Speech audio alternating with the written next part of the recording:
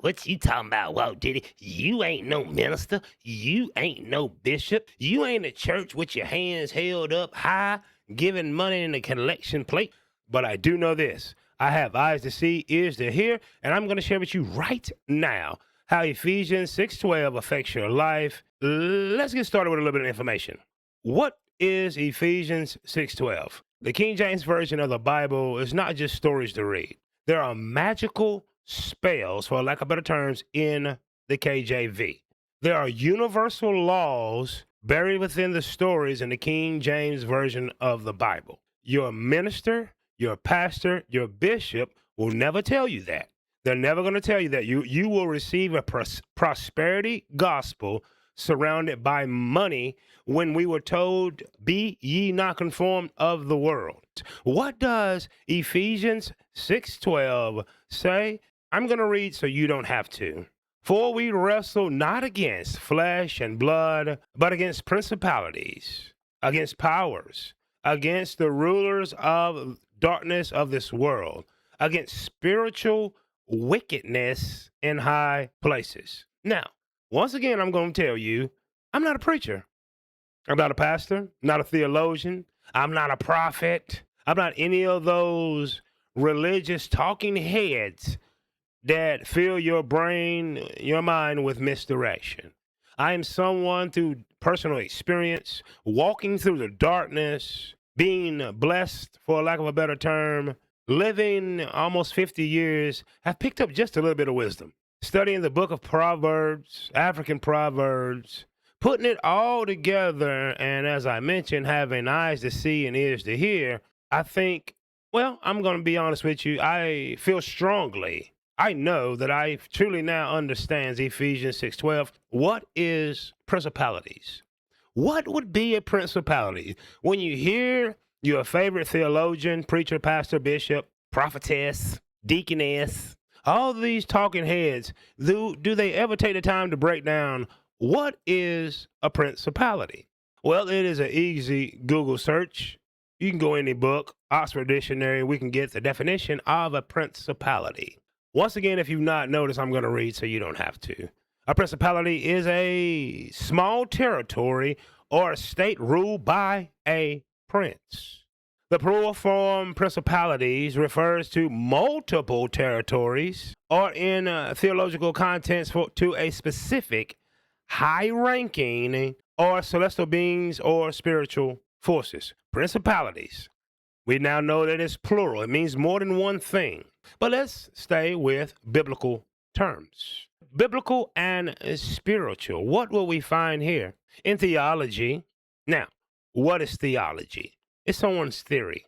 A theologian is sharing his or her theories. It's not called a factologian, like Einstein's theory of relativity. I have plenty of theories. How many theories do you have? So keep that in mind when you're listening to your favorite pastor, bishop. The preacher said this. He's a theologian. She's a theologian. They're giving you theory. In theology, mostly in Christian scripture, the plural principalities usually refers to spiritual beings, angels, or demonic powers operating in the unseen realm. What is the unseen realm? Well, my mind is an unseen realm. Can you see inside of it? Sir, ma'am, I cannot see your thoughts. So discernment, having ears to hear, eyes to see, vice versa. When it tells you in unseen places, a spiritual realm, your mind is a spiritual realm. As the mind can believe, the mind can achieve, correct? Faith comes by hearing and hearing and hearing. If you have the faith to call forth those things that be not as though they were, seems to come to pass. Number 3, principalities. What does it mean? It's a state or dignity. Historically, the term could also be denoted the actual rank, supreme power, or jurisdiction of a prince. Who would be the prince of the United States? Easy, Donald J. Trump.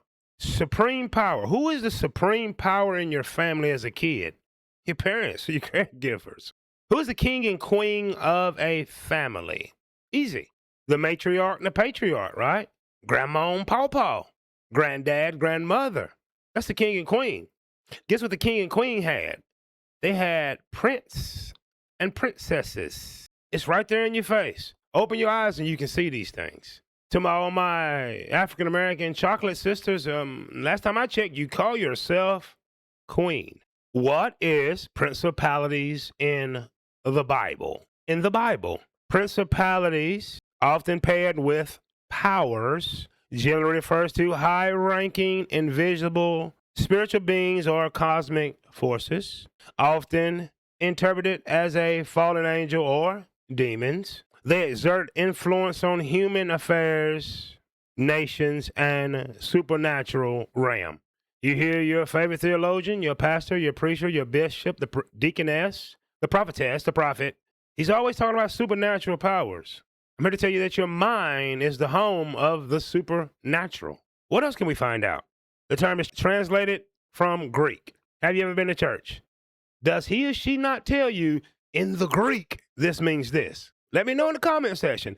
Have you heard when you was at church, they're in the King James Version, NIV, it does not matter. They tell you this word derives from the Greek. Well, let's see what the Greek talking about. The term is translated from the Greek word archi, meaning first or being. Since we're talking about family, who is first in your family? Obvious. Grandma, grandfather, mother, father, aunts, uncles.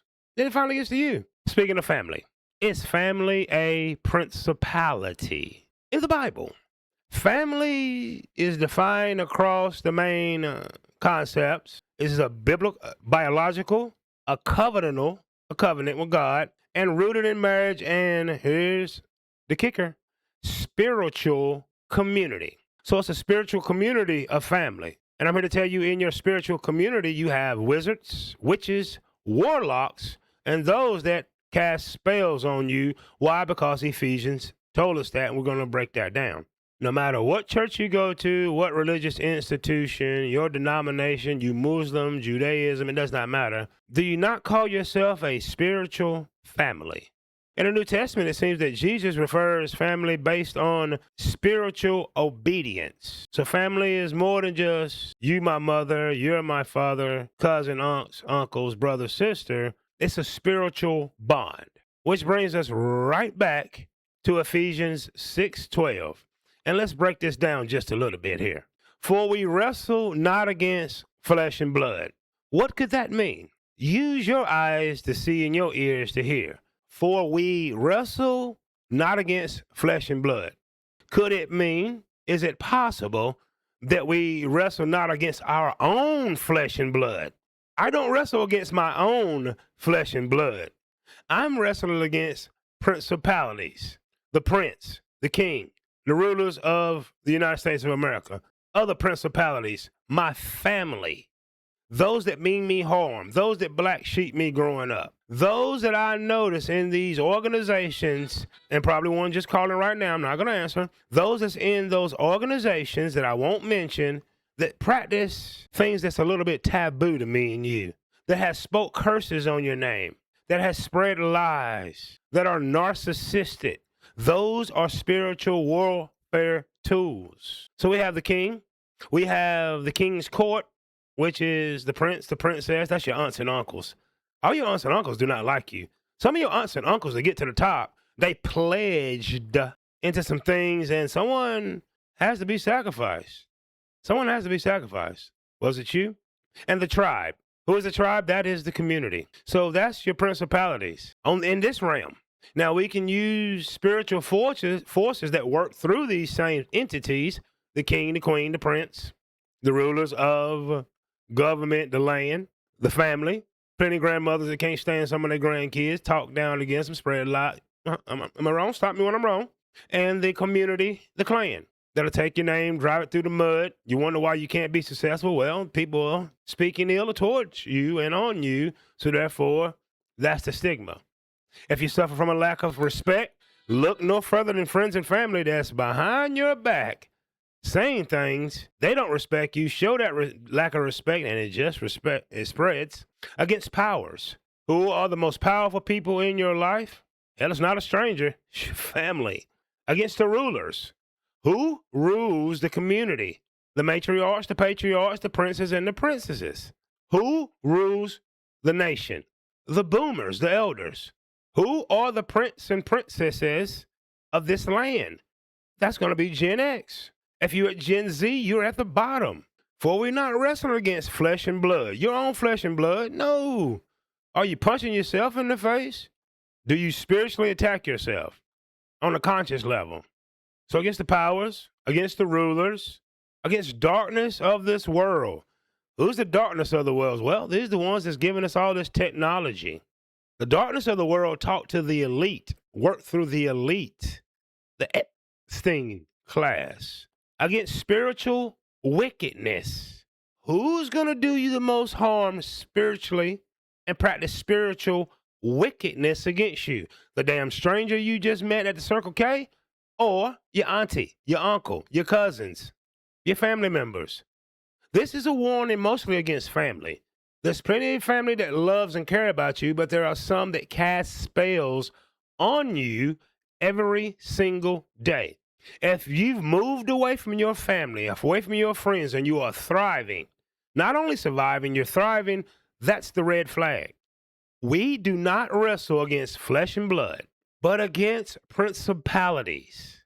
Who are the principalities? The rulers of the land, the rulers of the government, the rulers of your family, the rulers of the community.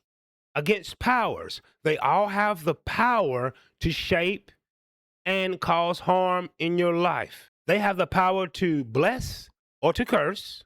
Against the rulers, who is the first ruler you ever known? Your parents, your caregivers, your aunts, your uncles. Against the darkness of this world. Those are those entities giving us all this technology and all the things that we're using right now. But guess what? It goes to the top. In Greek mythology, Prometheus didn't give the fire to the peasants. The rulers got it. Against spiritual wickedness, I ask you again, who's more inclined? Who can use spiritual wickedness against you? The damn person that you barely see at work, or your narcissistic mama, your narcissistic daddy, your jealous auntie, your jealous cousin, the close family friends, or lack thereof. This is what we can learn from the book of Ephesians. I'm here to tell you, it took a lot of years for me to finally figure out that the Bible is not just stories. There's magic in it. There's prophecy in it. Proverbs that not only will help you in life, they're going to stand the test of time. For you that are non-believers, don't believe in gravity. Get on the highest building you can find and jump down. You will always go straight down. For you non-believers, I am talking to you right now. Be ignorant of the law of uses. You have a great talent. You do not use it, you will lose it. For you non-believers, be ignorant of the law of polarity, aka Napoleon Hill called it hypnotic rhythm. Hang out with a bunch of people that smoke weed, chances are you're going to hit the blunt. We know this all to be a fact and we can't agree. Ignorance of a law will not get you out of the citation or the ticket. The law is different on state by state, by state by state. What's legal in North Carolina may be illegal in Indiana. Go to Indiana, break the law, and they will tell you in a court of law that ignorance is not an excuse. Ignorance will not, I did not know, will not help you. Laws are immutable. The book of Ephesians 6:12 is a law and is immutable. It's up to you to use discernment. So remember these two things before I end this. Number one, I just shared with you all about Ephesians 6:12, where it clearly reads that we wrestle not against flesh and blood. You're not wrestling against your own flesh and blood. You're wrestling against principalities, the rulers, princes, kings, rulers of land, rulers of government, rulers of your family, rulers of the community and the clan. They have powers. Against their powers, against the rulers of darkness. That is the spiritual realm that works through these same people. Against spiritual wickedness. I challenge you to think about it. Who can do you more spiritual wickedness? The guy or girl you just seen at Planet Fitness that you may not never see again, or the people in your immediate family and surrounding family that smile in your face all the time. They want to take your place. Backstabbers, and the people that's in high places. And number two, you just been on project expertise. Well, I'm the project. I just gave you the expertise to use your own discernment. If you have eyes to see, ears to hear, I challenge you to use them. I challenge you to think for yourself. And I challenge anyone that would like to disagree with me in the comment section to wait for my response. You will not get it. You will get thank you for watching, and I'm going to hit love on anything that you challenge me on. Make your own YouTube video. YouTube is free. Build a channel. Give your own interpretation of Ephesians 6:12. I may just watch. You know the YouTube etiquette. I do too. Like, share, subscribe, hit the notification bell, or the notification bell just might hit you like the harsh reality that ignorance of Ephesians 6:12 will cause you mental, physical, and spiritual harm if you do not use your own discernment, have eyes to see and ears to hear. You will suffer greatly. Hope you enjoy this conversation. I will be back tomorrow with the same type of conversation, exploring biblical principles, a little bit of proverbs, and some stoic philosophy so you and me can live the best life we possibly can. Remember this before I go, and this is the most important thing I'm going to tell you. You're more than enough. You're adequate.